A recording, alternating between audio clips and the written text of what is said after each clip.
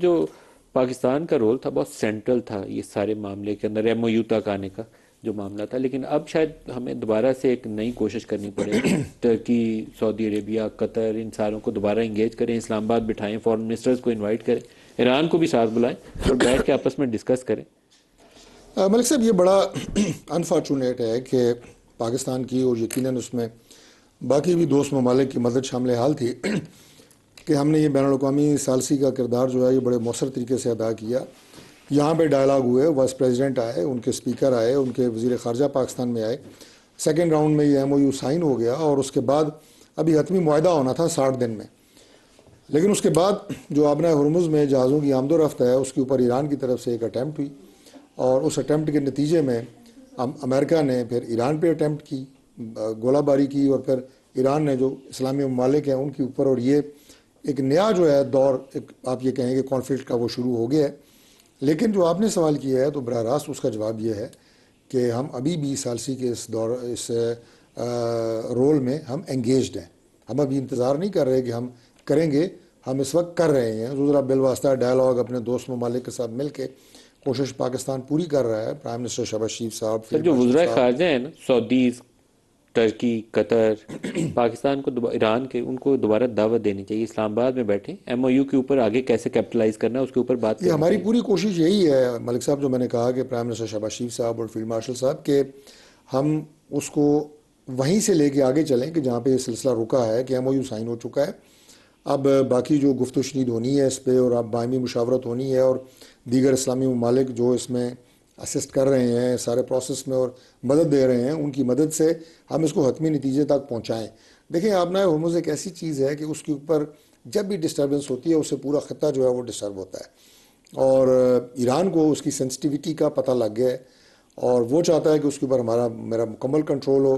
اور اگر آپ دیکھیں اس وقت سچویشن اس پورے خطے کی اور پوری دنیا کی، تو جب تک آبنائے ہرمز کو ایک نیوٹرل جگہ جو ہے وہ ڈکلیئر نہیں کیا جاتا اور وہاں سے ایزی ایکسیس اور ایزی پیسج نہیں دیا جاتا، اس وقت تک یہ مسئلہ جو ہے یہ مستقل بنیادوں کے اوپر حل نہیں ہوگا۔ درست ہے ڈاکٹر صاحب، ڈمی کو بٹھائیں گے، اور مولانا صاحب نے تو ٹھوکر کی نوک کہا، جوتے کی نوک نہیں کہا، ٹھوکر کی نوک پر انہوں نے گزارش یہ کہا ہے کہ مجھے پچھلے 2-3 الیکشنز، 2008 سے تو میں خود پارلیمنٹ کا ممبر ہوں، مجھے بتا دیں کہ جس کے اوپر یہی ساری باتیں جو شفیع جان صاحب کر رہے ہیں یہ نہ ہوئی ہوں۔ ہماری کوئی تقریر کسی بھی ممبر کی اسمبلی میں یا کسی ٹاک شو میں 2018 کے الیکشن کے بعد آپ اٹھا کے دیکھیں گے تو یہی باتیں ہیں جو شفیع جان صاحب کر رہے ہیں کہ جناب جعلی مینڈیٹ، جعل سازی پہ مبنی پارلیمنٹ، ڈمی لوگ، اور یہ سارے یہی جو آپ ابھی کے یہ خیال کہہ میں رہے ہیں۔ پارلیمنٹ جعلی نہیں؟ تو لہٰذا میں آپ کو عرض کر رہا ہوں نا کہ یہ ہماری تقریریں ہیں جو 2018 کے بعد ہم کر رہے تھے عمران خان کے پارلیمنٹ ڈمی آر تھی ٹی پہلے ایس بھی کو اور آج بھی؟ بٹھانے کے بعد، لیکن بٹھانے کے بعد عمران خان کو جب بٹھایا گیا، لیکن اس وقت شہباز شریف صاحب نے جو لیڈر آف اپوزیشن تھے انہوں نے بات کی کہ پاکستان کے لیے ہم چارٹر آف اکانومی کرنے کے لیے تیار ہیں، بات چیت کے ذریعے ہم معاملات کو اور پاکستان کے نظام کو آگے بڑھانا چاہتے ہیں۔ تو یہ آپس میں جو الزام تراشیاں ہیں اور یہ سیاسی پنجہ آزمائی ہے، یہ تو سسٹم کے ساتھ ہے، یہ چلتی رہتی ہے، کوئی نئی بات نہیں ہے۔ کوئی شفیع جان میرے بھائی نے ایسی بات نہیں کی کہ جو پاکستان کی تاریخ میں پہلی دفعہ ہو رہی ہے کہ لوگ اسے توجہ سے سنیں گے۔ یہ ہر دفعہ اسمبلی کے پہلے اجلاس میں یہی باتیں ہوتی ہیں، مولانا صاحب نے دس از نئی آن بات ریکارڈ۔ ٹھیک ہے۔ باقی مولانا صاحب نے جو بات کی ہے جی، دیکھیں مولانا صاحب خود اس ایوان کا حصہ ہے۔ میرا خیال ہے کہ الفاظ کے چناؤ میں مولانا صاحب سے زیادہ کونا مشق سیاسی لیڈر میں نے نہیں دیکھا۔ میں انہیں سمارٹ پولیٹیشین کہتا ہوں، حالانکہ جی بڑے موٹے نہیں، تازے ہیں لیکن بڑے سمارٹ پولیٹیشین ہیں وہ الفاظ کے چناؤ میں بھی انہیں بڑا ملکہ حاصل ہے، سیاست میں بڑے لیکن آج اسکلفل جو لوگ ہیں۔ الفاظ استعمال کر رہے ہیں مولانا صاحب کے لیے میں نے پہلی دفعہ دیکھا ہے نہیں کہ وہ اس دیکھیں، طرح دو کی۔ ان کے جملے ہیں نا جن پہ بڑا ایشو ہو رہا ہے۔ ایک تو انہوں نے کہا فوج کے لوگوں کو تنخواہ ملتی ہے، جا کے لڑو، یہ بولا نا انہوں نے، جس کے اوپر آپ سارے لوگ پھر ان کی مذمت کر رہے ہیں۔ پوری جماعت آپ کی ڈیوٹی لگی ہوئی ہے، آپ کی بھی، پیپلز پارٹی کی بھی۔ آج انہوں نے کہا پوری پارلیمنٹ ہی جو ہے اس کے اوپر وہ ٹھوکر کی نوک پر رکھتا ملک ہوں۔ صاحب تو ریزن کیا ہے مولانا صاحب یہ اتنا غصہ دکھا رہے ہیں؟ کچھ پرپز ہوگا نا ملک سیاست میں۔ صاحب گزارش یہ ہے کہ جو آپ نے پہلے بیان کی بات کی ہے، دیکھیں اس کا مقصد یہ نکلتا ہے کہ جو فوج کے جوان ہیں یا اس میں آپ باقی بھی لا انفورسنس کو لیں، پولیس کو لیں، کیا وہ تنخواہ کے لیے لڑ رہے ہیں؟ یعنی اس سے زیادہ مذاق خیز، آپ کے خیال میں مولانا نے یہ اس جملہ سے کیوں بولے؟ زیادہ بغیر وجہ کے نہیں مولانا نے بولے ہوں گے، کوئی ریزن وجہ جو بھی ہو، کیا وجہ ہوگی؟ میں کہتا ہوں جی کہ 110 وجہ ہوں، اختلاف آپ کا ہو سکتا ہے، ہم سے ہو سکتا ہے، ادارے سے ہو سکتا ہے، میں کھل کے بات کر رہا ہوں کیونکہ آپ بھی پروگراموں میں کھل کے اپنی رائے کا اظہار کرتے ہیں، لیکن جہاں تک فوج کے افسروں اور جوانوں کا جو بارڈر پہ لڑتے ہیں، ملک میں دہشت گردی کے خلاف لڑ رہے ہیں، شہید ہو رہے ہیں، جہاں تک ان کی وہ جذبہ شہادت، پاکستان کے لیے قربانی، پاکستان کے امن کے لیے، یہاں پہ پاکستانیوں کے سکون کے لیے جو شہادتیں ہیں، وہ لائق تحسین ہے۔ ہم ان کے قرض دار ہیں، پوری قوم ان کی قرض دار ہے، اور میں سمجھتا ہوں کہ یہ بات ابو پارٹی لائن ہے۔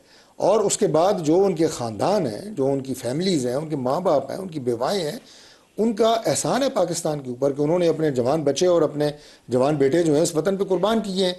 ان کو آپ متنازع بنانے کی کوشش کریں تو یہ انتہائی قابل مذمت ہے۔ سر، باقی پاکستان آپ کی بیانات دیں، آپ ابھی بھی دے رہے ہیں، اس سے کوئی آپ کو نہیں روک رہا، پاکستان کی خاطر کی لیکن جو یہ اپنی دیکھیں نا جان شہداء جو ہیں، قربان کرتا ہے، وہ پولیس کا جوان ہو، فوج کا جوان ہو، وہ سول ہو، جو بھی ہو، جو پاکستان کی خاطر قربانی دیتا ہے، چھوٹی سے چھوٹی، اس کو سلام پیش کرنا چاہیے، اس کو بالکل کرنا سینے سے چاہیے لگا کے جی۔ رکھنا چاہیے، اس پہ دو میں رائے نے ہے ہی تو نہیں اس ہے۔ سے آگے بات کی ہے کہ ہم ان کے قرض دار ہیں، وہ فوج پہ محسن ہیں اس تنقید قوم کرنی کے۔ چاہیے، سیاسی جوڑ توڑ میں جب ان کی مداخلت آتی ہے یا پولیٹیکل انجینئرنگ ہوتی ہے، اس پہ دیکھیے تنقید سب کرنی بات یہ چاہیے، ہوتی یا ہے کہ ملٹری ٹیک اوور، کوئی ڈکٹیٹر قبضہ کر لیتا ہے، آپ تنقید کریں کہ آپ پیچھے دیکھیں، رہیں۔ آئین کو اگر کوئی معطل کرتا ہے تو ہم اس کے نقاد رہے ہیں، ہماری لیڈرشپ ان کے نقاد رہی ہے جناب مشرف کے حوالے سے، اس سے پہلے۔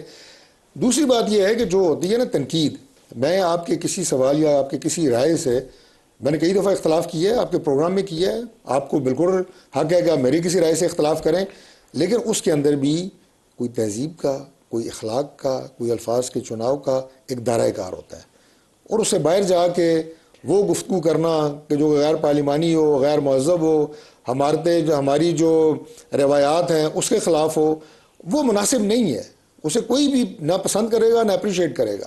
ڈاکٹر طارق صاحب، کشمیر والا معاملہ بھی کوئی ایسا اچھا نہیں ہے کہ جس کے اوپر آپ کی تعریف کری جائے، تو کچھ سیاسی حکمت دانائی کچھ کام آنی چاہیے۔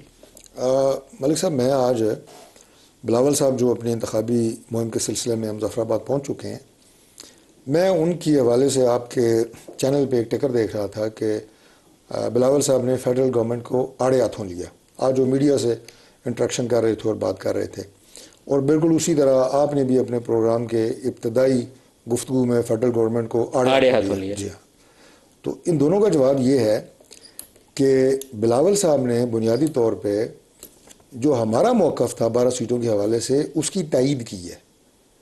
تائید کیا کی ہے؟ انہوں نے یہ کہا ہے کہ یہ فیصلہ کشمیریوں نے کرنا ہے، اور یہ فیصلہ کشمیر کرے گا۔ یہی بات جب 30 مئی کو اس سال ہم گئے تھے اس کال سے پہلے کہ یار یہ نہ کریں آپ، 9 جون کو جو آپ نے کال دی ہوئی ہے، تو ہم نے ان سے مذاکرات کیے تھے۔ میں بس تھوڑی سی بات کروں گا کہ آپ نے کہا نا فیڈرل گورنمنٹ کا رول، ہم نے اس سے پہلے بھی مذاکرات کیے تھے۔ اکتوبر 2025 میں پرائم منسٹر شہباز شریف صاحب کی ڈائریکشن پہ ہماری 5 رکنی وزراء کی کمیٹی گئی تھی، اور جب پرویز اشرف اور قمر کیرا صاحب ساتھ تھے، جب 38 نکات پہ معاہدہ ہوا تھا، وہ بھی فیڈرل گورنمنٹ کی ڈائریکشن پہ ہوا تھا، اس میں سے 35 پہ عمل ہو چکا۔ اس دفعہ بھی ہم گئے 30 مئی کو، رانا ثناء اللہ، میں ایک اور ہمارے منسٹر تھے اور پیپلز پارٹی کے لوگ تھے، پرائم منسٹر صاحب کی ڈائریکشن پہ کہ خوش اسلوبی سے مذاکرات سے اس کو طے کریں، اور ہم نے وہاں پہ یہی کہا کہ 12 سیٹوں کا معاملہ جو ہے یہ پاکستان ڈیسائیڈ نہیں کرے گا، یہ آزاد کشمیر کے کانسٹیٹیوشن میں پروٹیکٹڈ سیٹیں آپ ڈیسائیڈ کریں۔ وہی بات بلاول صاحب کر رہے ہیں۔ بلاول کو یہ کیوں لگا کہ وفاقی وزراء کی وجہ سے یہ صورتحال پیدا ہوئی ہے؟ دیکھیں، آزاد کشمیر میں الیکشن ہو رہا ہے نا، تو بلاول صاحب یہ تو نہیں کہہ سکتے وفاقی وزراء نے بڑا اچھا کام کیا ہے کہ 2025 میں بھی ڈائلاگ کیا، معاہدہ کیا۔ کہتے تو کیا عرض تھا؟ نہیں، اپوزیشن تو نہیں ہے بہرحال۔ نہیں، وہ ہمارے اتحادی ہیں، ہمارے لیے بہت قابل احترام ہیں، لیکن وہاں پہ الیکشن تو ہم ایک دوسرے کے مقابلے میں لڑ رہے ہیں نا، تو وہاں وہ ہماری تعریفوں کے پل تو نہیں باندھیں گے۔ لیکن یہ میں کہہ رہا ہوں کہ مجھے اس بات کا صورتحال اتنی بگڑنی نہیں چاہیے، اس بات کا مجھے خوشی ہے کہ انہوں نے ہمارے موقف کی تائید کی ہے کہ 12 سیٹوں کا فیصلہ کشمیر اور کشمیر کے عوام کریں گے۔ ایک بات۔ دوسری بات یہ ہے جی کہ جہاں تک آپ نے کہا کہ ہم نے کسی کو، ملک صاحب، کسی کو انڈین ایجنٹ نہیں کہا، لیکن انڈیا پاکستان میں جہاں پہ بھی اسے کوئی ویکنیس، کوئی سافٹ بیلی نظر آتی ہے، وہاں پہ ہٹ کرنے کی کوشش کرتا ہے، کیونکہ ہم نے اسے بیان المحسوس میں دھول چٹائی ہوئی ہے، یہ ایک فیکٹ ہے۔ اور اگر اسے نظر آ رہا ہے کہ آزاد کشمیر میں وہ اس ایشو کو اگنائٹ کر سکتا ہے، تو وہ اگنائٹ کرنے کی کوشش کر رہا ہے، یہ ہم نے انڈیکیٹ کیا ہے. ہم نے کسی پہ غداری کے لیبل اور وہ نہیں لگائے. آدھے لوگ آپ کے غداری کے لیبل لگا چکے ہیں تو آپ کو گریز کرنا چاہیے, نہیں لگانا بالکل نہیں لگائے. میں سب سے زیادہ میں سمجھتا جہاں ہوں کہ صورتحال کشمیر خراب ہوگی نا, ایشو کو انڈیا آپ کا بدترین سب سے دشمن زیادہ ڈیل ہے, کر وہ رہا اس کا ہوں. فائدہ اٹھانے کے لیے اندر گھسے گا. آپ کو ایسی صورتحال سے پوری کوشش کرنی چاہیے, اجتناب کریں. ہم بالکل اوائڈ کر رہے ہیں. میں تو آپ کو شفیع یہ جان کہوں صاحب کہ سے بھی وہ پوچھ لیں. انٹرنیشنل لیول کے اوپر وہ کہانیاں انڈیا گھڑنے کی کوشش ہر موقع کے اوپر کرتا ہے, لیکن یہاں پہ انشاءاللہ تعالیٰ یہ معاملہ خوش اسلوبی سے, اور ہم نہیں چاہتے. ہم تو بس آخری بات میں کر رہا ہوں کہ ہم جوائنٹ ایکشن کمیٹی کے لوگوں کو بھی ہم نے یہ پیغام دیا ہے آپ کے میڈیا کے تھرو, یا اگر مولانا صاحب نے کہا ان کو بھی ہم نے یہ کہا کہ پرامن طریقے سے آپ منتشر ہو جائیں, اور اس کے بعد جن لوگوں کے خلاف مقدمات ہیں وہ فیس کریں. 8 کے قریب لا انفورسنگ ایجنسیز پولیس کے لوگ شہید ہو چکے ہیں, تو جن پہ مقدمات ہیں وہ اپنے مقدمات کا فیصلہ کریں. میں نے ایک قدم آگے بڑھ کے آج یہ کہا ہے, گو کہ اس کی اپروول میں نے فیڈرل گورنمنٹ سے ابھی تک نہیں لی, پرائم منسٹر سے نہیں لی. میں نے یہ کہا کہ اگر آپ یہ چاہتے ہیں کہ آپ کو سیف ایگزٹ دیا جائے اور آپ عدالتوں سے ضمانت کرا کے فیس کرنا چاہتے ہیں مقدمات کو, ہم اس پہ بھی بات کر سکتے ہیں کہ فوری طور پہ آپ کو نہیں گرفتار کریں, آپ اپنی ضمانتیں لے لیں اور مقدمات کا سامنا کریں. تو یہ بڑا ایک لینینٹ ویو ہے. اسٹیٹ کے بارے میں بڑے سخت الفاظ استعمال کیے گئے ہیں. اس میں جو خود ممبر ہیں کور کمیٹی کے, جوائنٹ ایکشن کمیٹی کا علیحدہ کے, وہ خود کہہ رہے ہیں کہ جی یہ لوگ جو ہیں ان کا ہم سے کوئی تعلق نہیں ہے. تو آپ اندازہ لگائیں, انہیں بھی سوچنا چاہیے کہ ان کا اسٹیج کیوں مس یوز ہو رہا ہے. ڈاکٹر صاحب کوئی آپ کو پریشانی ہے؟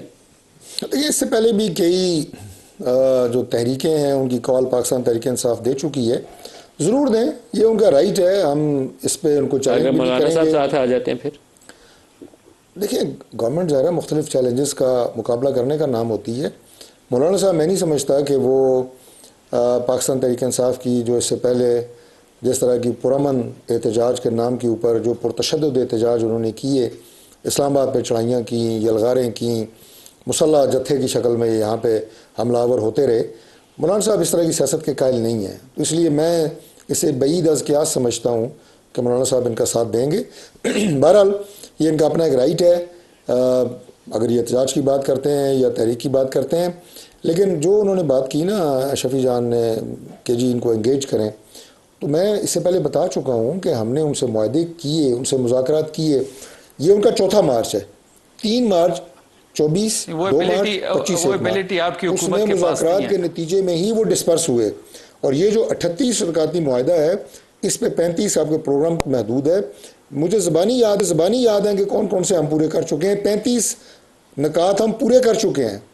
ان کی نوکریاں بحال کی ہیں, معاوضے دیے ہیں, انہیں ہم نے تعلیمی بورڈز بنائے ہیں, 170 FIRیں ہم نے ختم کی ہیں.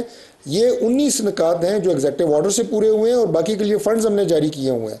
اس میں ٹینڈر ہوئے ہیں, ان کی MRI مشینیں ہیں, ان کی باقی جو ہیں وہاں پہ جو معاہدے کے اندر چیزیں طے تھیں. لہٰذا ہم مذاکرات پہ یقین رکھتے ہیں, ہم سیاسی لوگ ہیں. اسی لیے آج بھی آپ کے پروگرام میں نے انہیں راستہ بتایا ہے کہ خدا کے لیے امن کا راستہ اختیار کریں, آپ قانون کو ہاتھ میں نہ لیں,